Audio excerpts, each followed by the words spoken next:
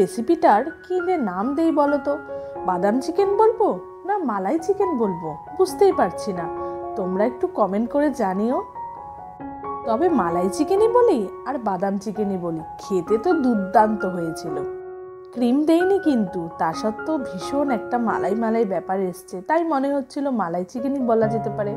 আবার বাদাম দিয়েছি তাই মনে হচ্ছে বাদাম চিকেনও বলা যেতে পারে। তোমরা যদি আমাকে ভালোবেসে থাকো তাহলে তোমরাই আমাকে কমেন্ট করে জানাবে এটার কি নাম দেওয়া যেতে পারে। রান্নাটা দেখতে হলে চলো আমার সাথে রান্নাঘরে। চিকেন নিয়েছি 700 থেকে 800 গ্রাম। এবার কুচিয়ে রাখা পেঁয়াজ দিয়ে দিচ্ছি। আমি এখানে 4টে পেঁয়াজ ইউজ করেছি। কেটে রাখা পেঁয়াজগুলো আমি ধুয়ে রেখেছিলাম।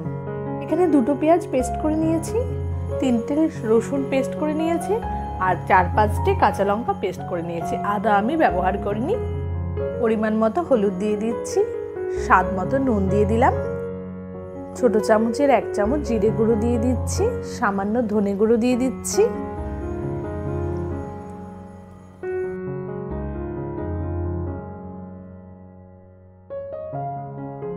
পঞ্চাশ গ্রাম পরিমাণ টক দই দিয়ে দিচ্ছি।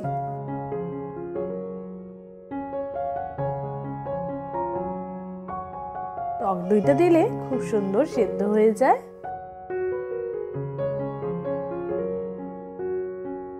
কাশ্মীরি লঙ্কার গুঁড়ো 1 চামচ দিয়ে দিলাম। সর্ষের তেল 3 থেকে 4 চামচ দিয়ে দিচ্ছি। এবার ভালোভাবে মেখে নেব।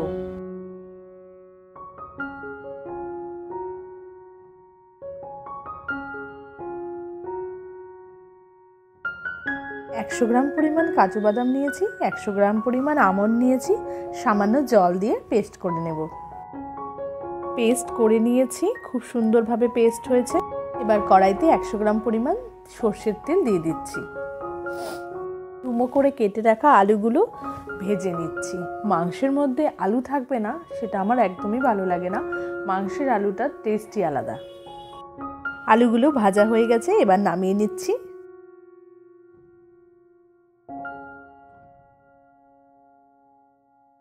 ফোড়নে আমি 1 চামচ গোটা জিরে দিয়ে দিচ্ছি।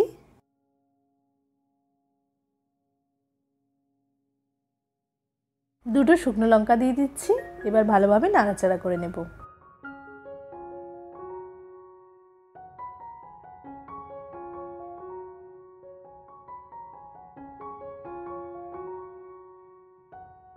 ম্যারিনেট করে রাখা চিকেনগুলো দিয়ে দিচ্ছি।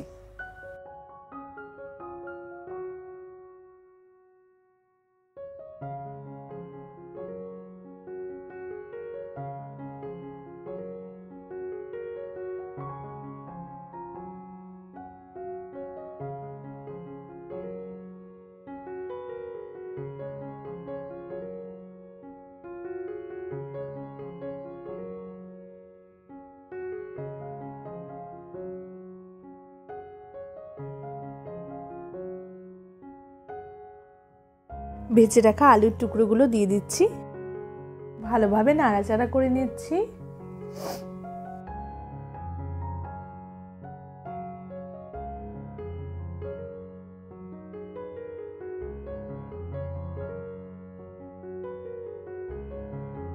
এবার বাদামের পেস্টটা দিয়ে দিচ্ছি।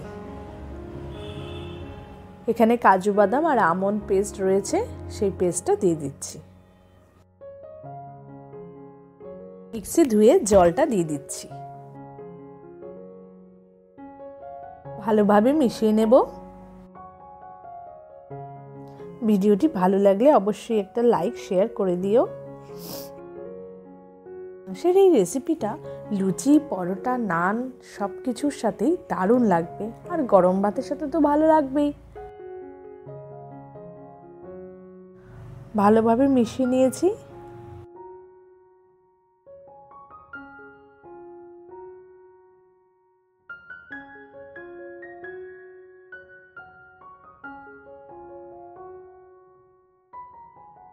সামান্য জল দিয়ে আমি কষিয়ে নেব। আমি তেল আর ইউজ করব না।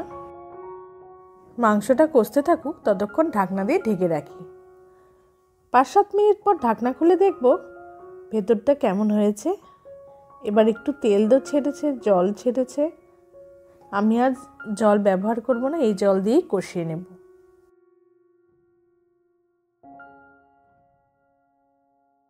মাংসের থেকে তেলটা ছেড়েছে আর গন্ধটা খুব সুন্দর এসছে।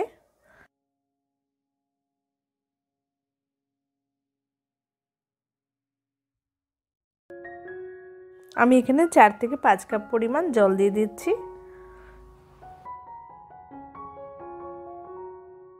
7-8টে কাঁচা লঙ্কা দিয়ে দিচ্ছি, কাঁচা লঙ্কার গন্ধটা তো খুব সুন্দর হয় সেই জন্য।